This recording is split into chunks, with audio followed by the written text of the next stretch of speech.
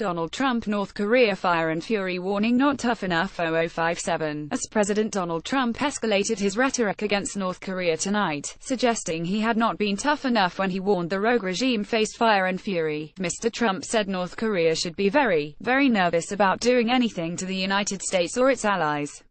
He said it's about time somebody stuck up for the people of this country and for the people of other countries. So if anything, maybe that statement wasn't tough enough. The president was vague about what further action his administration might take, telling reporters you'll see. You'll see. Mr. Trump added if North Korea does anything in terms of even thinking about attack of anybody that we love or we represent or our allies or us, they can be very, very nervous. Because things will happen to them like they never thought possible. He's been pushing the world around for a long time. President Trump delivering his latest comments credit Reuters. North Korea better get their act together or they're going to be in trouble like few nations have ever been in trouble. Kim Jong-un's regime had earlier dismissed Mr. Trump's warning as nonsense. Mr. Trump, speaking at his golf course in New Jersey, responded, "I don't think they mean that. It's the first time they've heard it like they heard it. Well, always consider negotiations, but they've been negotiating for 25 years. Asked whether he would consider a preemptive strike, he said, "Well, see."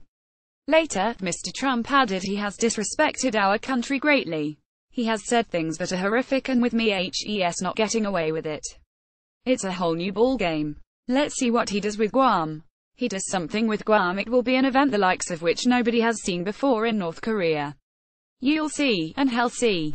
He will see. Asked if he was daring the North Korean leader, Mr. Trump said it has nothing to do with dare. It's not dare, it's a statement. He's not going to threaten Japan. He's not going to threaten South Korea. That's not a dare, that's statement of fact. Mr. Trump added, "I would like to denuke the world." President Obama said that global warming is the greatest threat.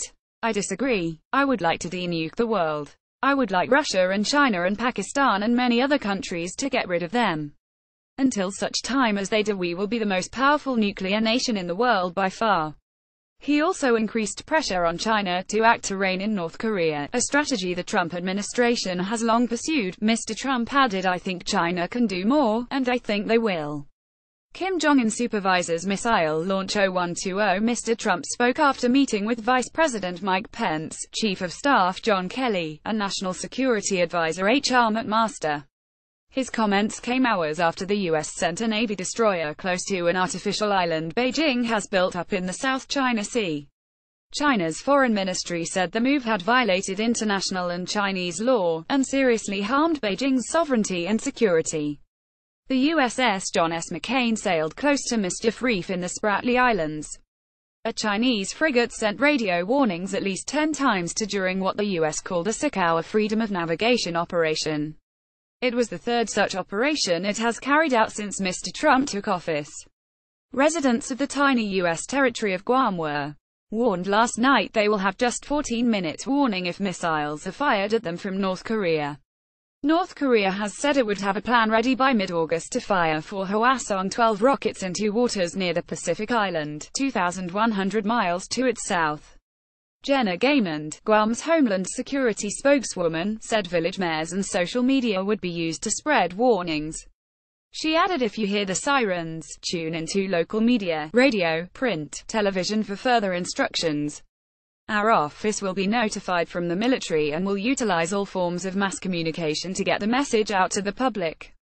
Preparing for war, North Korea stages massive drill 0120. Experts said the 14 minutes would not be enough time for U.S. commanders in Guam to assess if the missiles were fitted with warheads, or whether they might hit the island.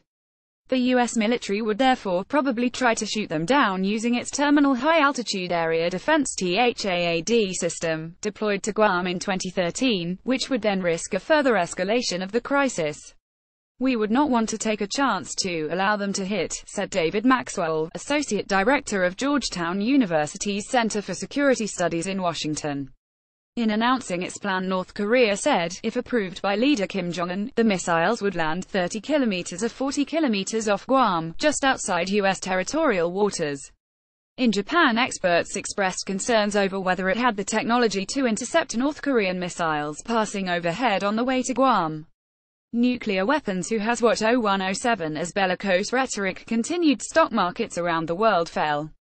Division also emerged in the White House as Sebastian Gorka, deputy assistant to the president, made comments about Secretary of State Rex Tillerson, who has seemingly left open the idea of dialogue with North Korea.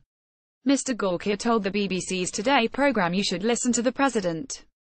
The idea that Secretary Tillerson is going to discuss military matters is simply nonsensical. It is the job of Jim Mattis, the Secretary of Defense, to talk about the military options, and he has done so unequivocally." Mr. Gorka added, North Korea has said they wish to annihilate the United States and use nuclear weapons. Sooner or later, someone should take them seriously. We will not give in to nuclear blackmail.